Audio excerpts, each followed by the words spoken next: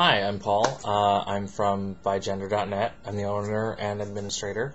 In previous videos, most of the time, I've introduced myself as Brin, but that's sort of the point of today's video. I haven't posted in a couple of weeks. It's just been sort of really busy and crazy with the end of the holidays, and this is actually the first post of 2011, so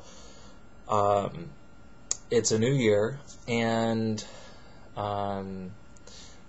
something has happened that hasn't happened in a long time, which basically is that I've been in guy mode.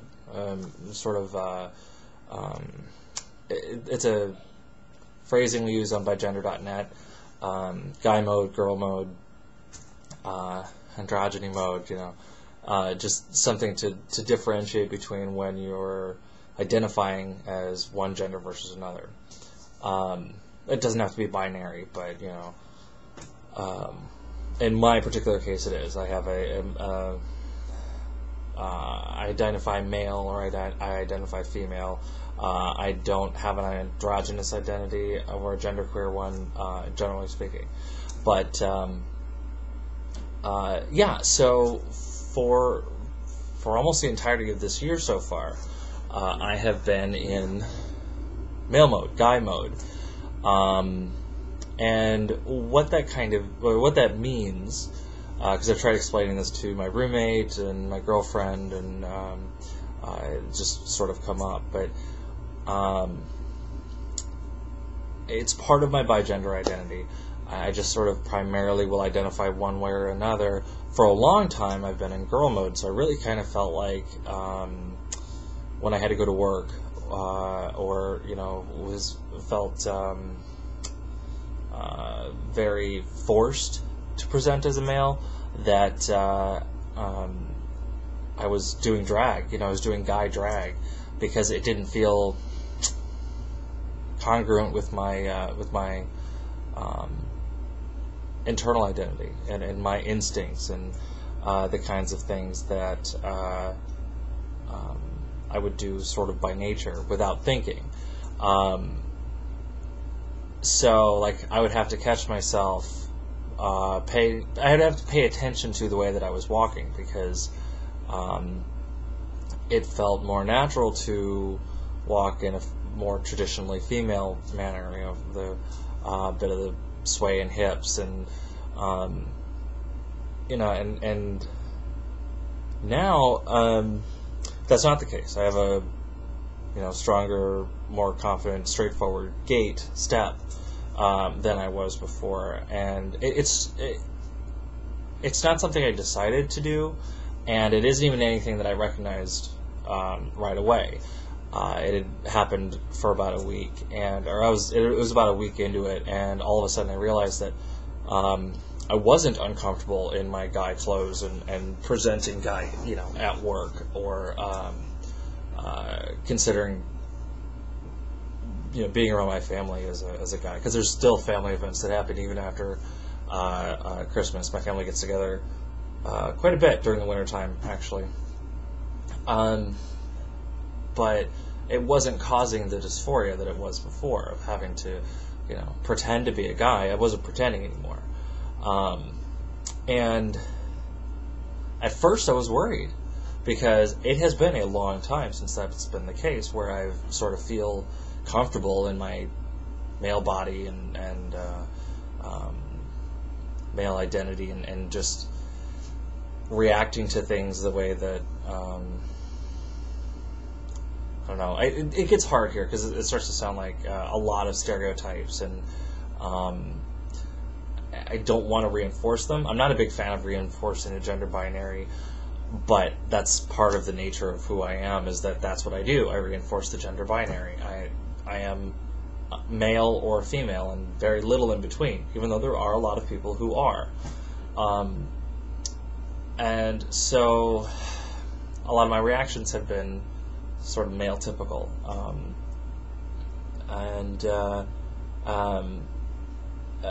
What that really means is, in conversation and interaction, I'm having to watch myself to make sure that I'm not talking over somebody else. to make sure that I am leaving room for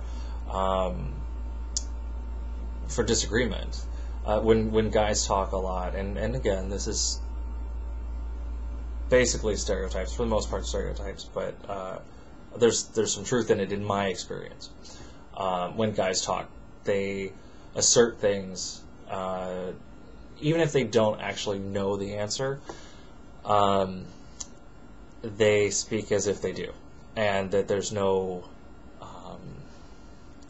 real questioning of their assertions. You know, you'd be a fool to do so, kind of thing. So I'm hearing myself do that a lot more, and it's not really always conducive to teamwork. So I'm having to make sure that I back that off, and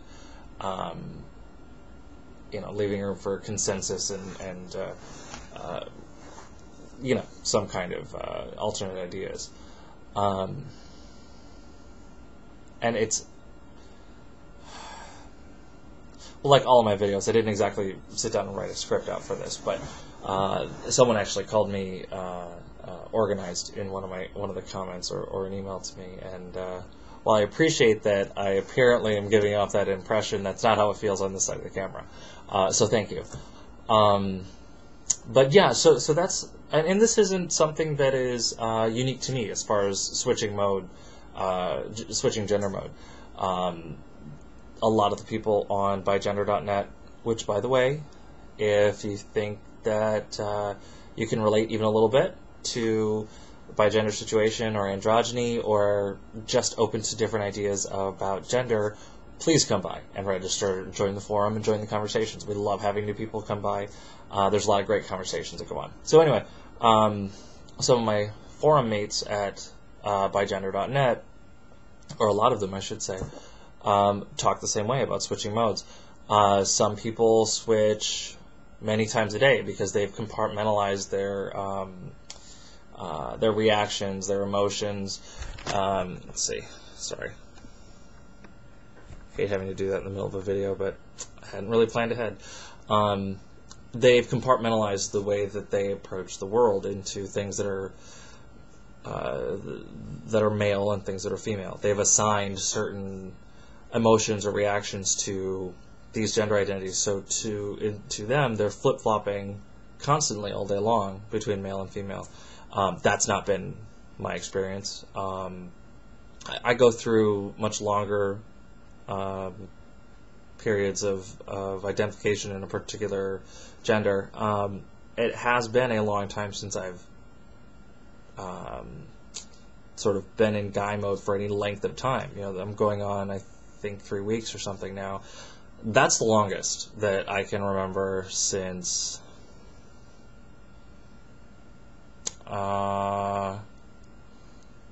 early 2010, perhaps. Maybe winter of 2009 for a little bit. But for the most part, I've really been, identifying with my female side, or felt very female, and it's been somewhat dysphoric, being in my body. It feels wrong or out of place, and I've not actually admitted this on video before, but I started hormone replacement therapy in September of 2009, September 16th, I think. 2009 was my first dose, so I'm about 15 months in. And actually, it's been really great because it's allowed me to create the physical body that my brain has sort of had a map of for as long as I can remember.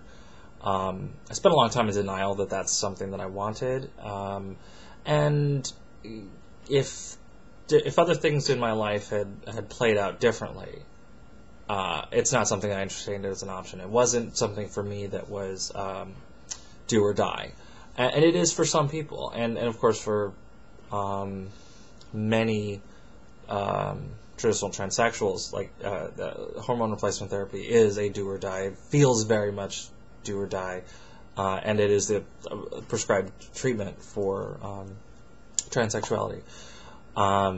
It doesn't apply to every transgender person, doesn't apply to every transsexual person even, But for me, it was something that really helped me out. And I'm still on the hormones, so it's not like I've stopped them and that's what's brought on the male shift.